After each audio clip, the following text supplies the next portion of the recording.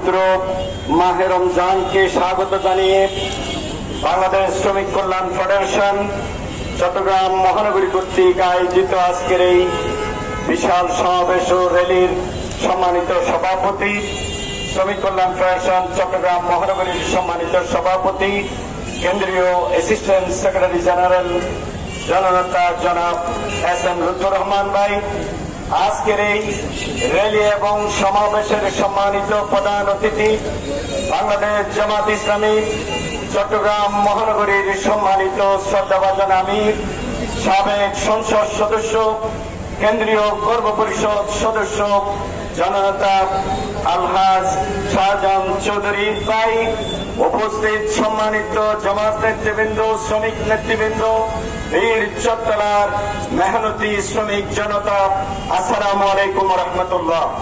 আমাদের প্রধান অতিথি বক্তব্য রাখবেন। আমি শুধু দুটি কথাই বলবো।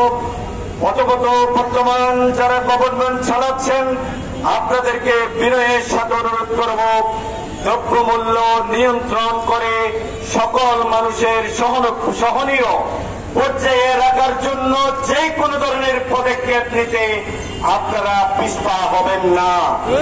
2 নম্বর, আমি যে কথাটি বলতে চাই, শ্রমিক মেহনতি যারা তো সারা বছর কাজ করে, রমজান মাস আসলে কিছু সংখ্যক লোক দেখা যায় শ্রমিক ছাঁটাই করে তাদের আয়ের পথকে আরো বৃদ্ধি করার চেষ্টা করেন।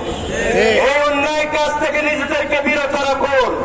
বিশেষ করে হোটেল রেস্টুরেন্ট থেকে শ্রমিকদেরকে বিতরণের একটি প্রতিযোগিতা শুরু হয়ে যায়। 11 মাস আপনারা তাদেরকে দিয়ে কাজ করেন, রমজান মাসও সারা রাত হোটেল খোলা রাখেন, এরপরও শ্রমিক ছাঁটাইয়ের মতো জঘন্য কাজ করবেন না, করবেন না, করবেন না। শ্রমিক নির্যাতন বন্ধ করে বাংলাদেশের মেহনতি মানুষের অধিকার প্রতিষ্ঠায় আগামীতে যে কোনো সংগ্রামে আমরা ঝাঁপিয়ে পড়ব ইনশাআল্লাহ। রমজানের পবিত্রতা রক্ষায় আমরা ঐক্যবদ্ধ থাকি। দিনের বেলায় হোটেল রেস্টুরেন্টগুলো বন্ধ রাখার মাধ্যমে বাংলাদেশকে পরিপূর্ণ ইবাদতের মাসকে সত্যিকার ইবাদতের মাসে পরিণত করি। বাংলাদেশ জিন্দাবাদ, বাংলাদেশ শ্রমিক কল্যাণ ফেডারেশন জিন্দাবাদ।